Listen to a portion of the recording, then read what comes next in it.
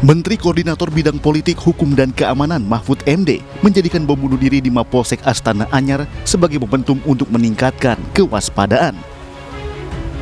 Ditemui usai menengok salah seorang korban bom bunuh diri di Rumah Sakit Immanuel Bandung, Mahfud menilai bahwa peningkatan kewaspadaan harus dilakukan aparat keamanan mengingat jaringan terorisme yang masih hidup.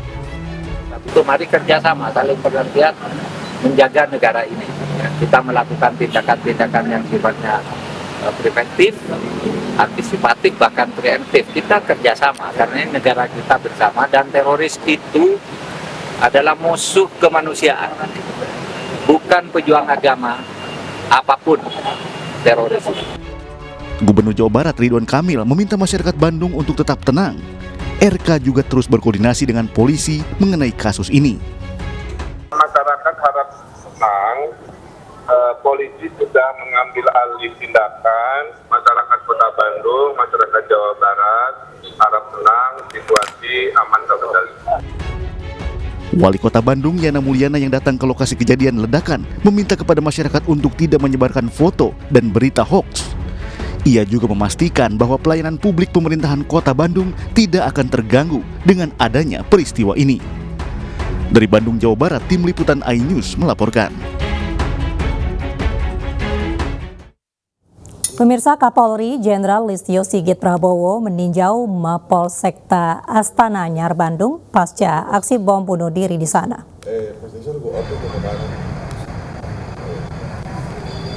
Kapolri tiba di lokasi kejadian sekitar pukul 2:30 sore. Dalam keterangannya, Kapolri menyatakan pelaku bom bunuh diri yang juga tewas saat kejadian bernama Agus Sujarno alias Agus Muslim yang terafiliasi kelompok JAD Bandung atau JAD Jawa Barat. Pelaku juga pernah ditangkap dan ditahan selama 4 tahun karena bom Cicendo di tahun 2017 dan baru bebas September tahun lalu. Kapolri juga menyebut di tempat kejadian perkara ditemukan belasan kertas bertuliskan protes dan penolakan terkait Undang-Undang KUHP yang baru saja disahkan, dan akibat ledakan seorang anggota polisi tewas dan 9 anggota polisi lain beserta 1 warga terluka. Dari hasil pemeriksaan sidik jari dan kemudian juga kita lihat dari face recognition identik menyebutkan bahwa identitas pelaku adalah Agus Sujarno atau yang biasa dikenal dengan Agus Muslim. Yang bersangkutan pernah ditangkap karena peristiwa bom Cicendo dan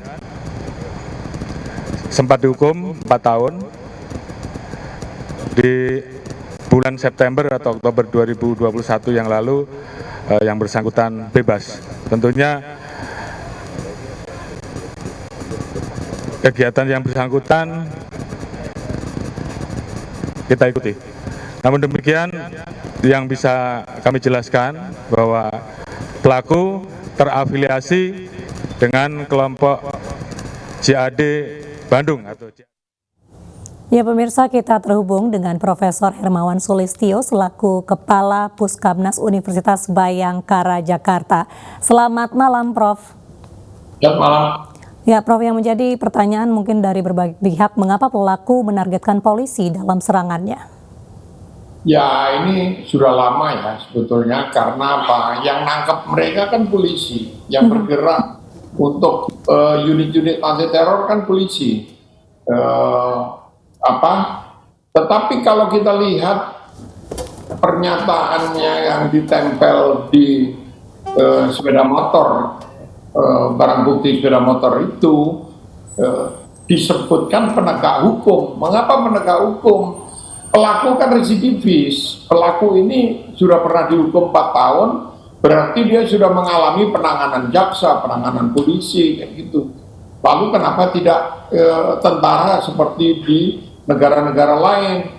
Kalau target terorisme seperti di Amerika itu puncaknya adalah instalasi militer, mengapa tidak kalau di Indonesia? Karena TNI tidak terlibat langsung pada penanganan terorisme, Gultor tidak terlibat pada penangkapan-penangkapan mungkin terlibat, tapi secara de jure, secara terbuka tidak terlibat, tidak ikut di dalam penanganan kasus-kasus terorisme. Jadi polisi itu satu. Yang kedua, ini lebih dari setengah kasus terorisme di Indonesia itu ada kaitannya dengan dunia politik gitu. Jadi ada pemain-pemain politik yang memanfaatkan atau ada simpul-simpul antara teroris dengan pemain politik. Ini sudah dari sejak masa Orde Baru sampai sekarang gitu.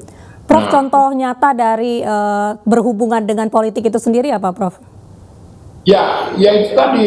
Pertama, yang dihadapin langsung oleh para teroris ini kan polisi, yang nangani polisi. Ya. Tetapi menjadi aneh kalau disebutkan di kata-katanya itu polisi, karena polisi dan penegak hukum itu kafir kayak gitu. Nah, sementara korban yang meninggal, polisi yang meninggal itu kan default ya,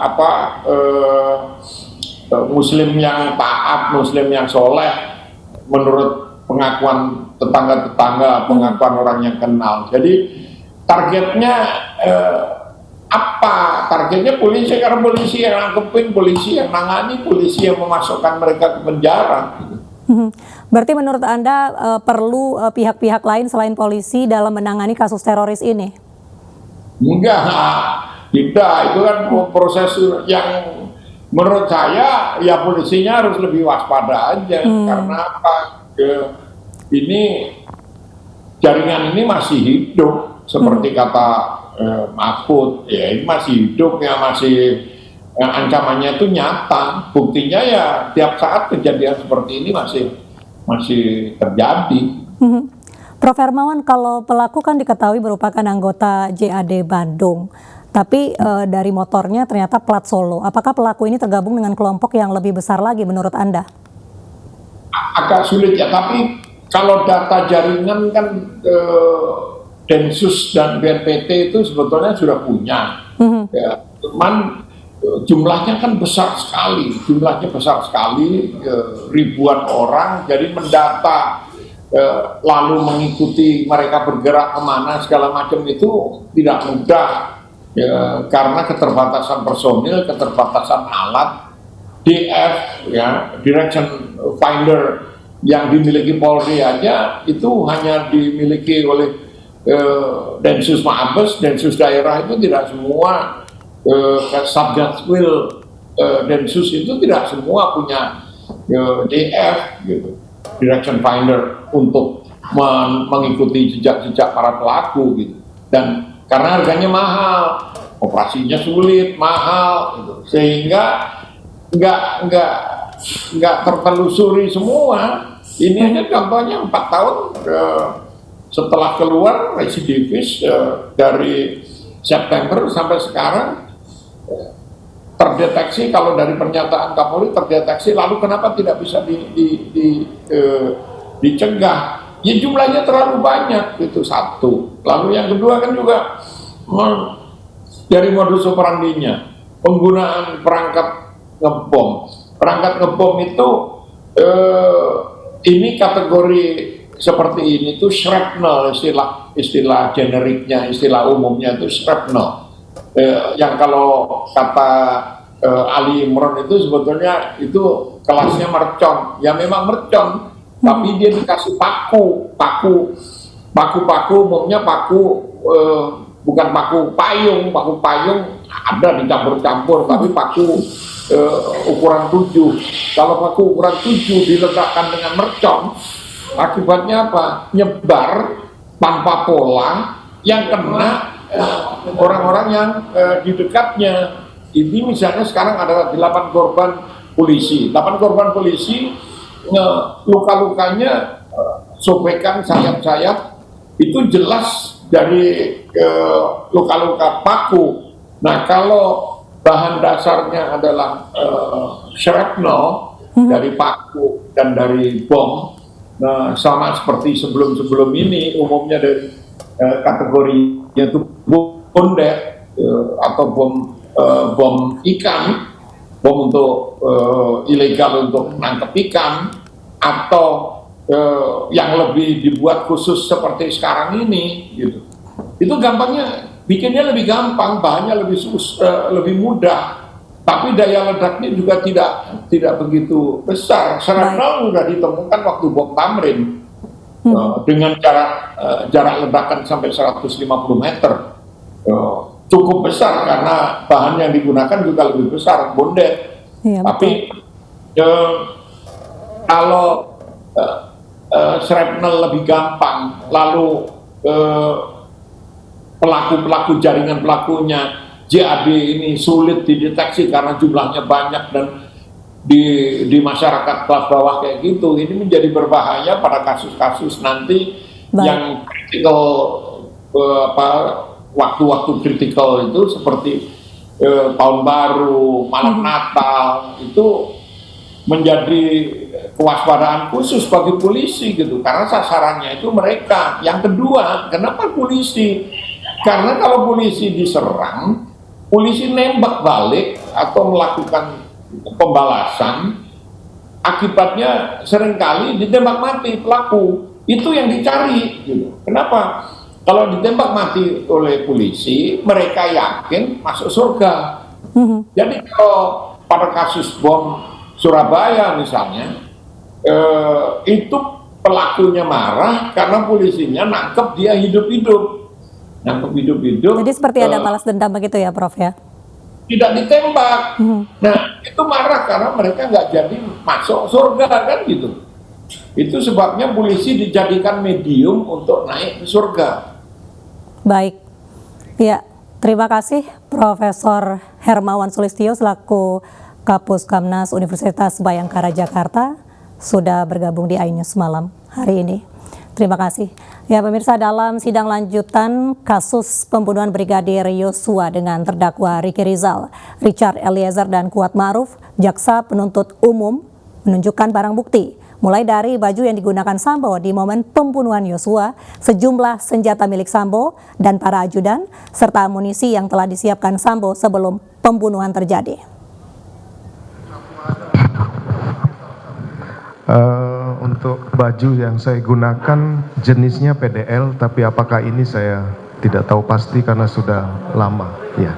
Ini ada 3 soalnya. Ya, saya juga. Semua PDL ini. PDL jenisnya seperti ini, tapi untuk apakah itu saya tidak tahu. Ini saudara kenal dengan senjata ini? Ya, itu senjata Steyr. Apakah ini yang melekat pada ajudan? Melekat pada ajudan. Oke. Ajudan siapa ini? Ya, ajudan yang bergantian. Semua pegang ini atau satu? Semuanya. Semua pegang.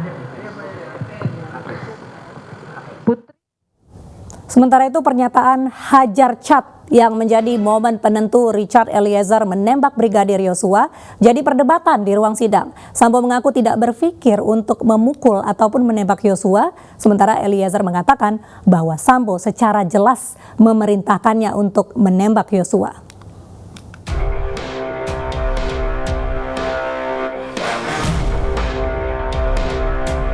Terdakwa Ferdi Sambo menanggapi pertanyaan hakim terkait maksud dari perintah Hajar Cat sesaat sebelum Richard Eliezer menembak Yosua Huta Barat. Ferdi Sambo mengakui bahwa ia sempat memerintahkan Eliezer untuk menembak ketika mereka merancang skenario mengonfrontasi Yosua di lantai 3 rumah Sambo. Saudara Richard, untuk backup saudara perintahkan terdakwa Richard ini untuk apa? Saya sampaikan untuk kamu siap nggak backup saya apabila saya akan konfirmasi ke Yosua nanti. Kamu siap nggak nembak Yosua kalau dia melawan? Kalau kamu siap nggak tembak dia kalau dia melawan? Iya, ya. Namun ketika momen penembakan di rumah Duren 3, saat Sambo mengkonfrontir Yosua dan meneriakkan Hajar Cat, Sambo menjawab ia tidak berpikir untuk memukul ataupun menembak. Masih kuat karena di lantai 3 itu Richard yang siap untuk membackup saya, yang mulia. Hajar yang saudara maksudnya kan itu seperti apa? Hajar. Saya juga disitulah mungkin kesalahan saya yang mulia. Makanya saudara terangkan. Ya, makanya saya sampaikan hajar kemudian dia lakukan penembakan. Saya harus bertanggung jawab. Pernyataan Ferdi Sambo bahwa maksud kalimat hajar cat merupakan kesalahan interpretasi terdakwa Richard Eliezer sempat membuat Eliezer menggelengkan kepala. Pernyataan Ferdi Sambo kemudian dibantah oleh Eliezer yang menyatakan bahwa Sambo dengan sangat jelas memerintahkannya untuk menembak Yosua. Yang benar adalah pada saat itu beliau memerintahkan saya untuk menembak Yosua, dan setelah itu dia juga menceritakan kepada saya tentang skenario yang akan nanti dijelaskan dan dijalankan di Duren 3 yang mulia. Sambo juga mengaku kebingungan saat Yosua meninggal dunia karena tembakan dari Eliezer. Akhirnya Ferdi Sambo memutuskan membuat rekayasa tewasnya Brigadir Yosua karena adanya tembak-menembak dengan Barada Eliezer. Tim Liputan iNews melaporkan. Pemirsa, jelang pernikahan Kaisang dengan Erina, tim penjinak bom gegana Polda Daerah Istimewa Yogyakarta menyisir rumah calon mempelai wanita. Informasinya saat lagi.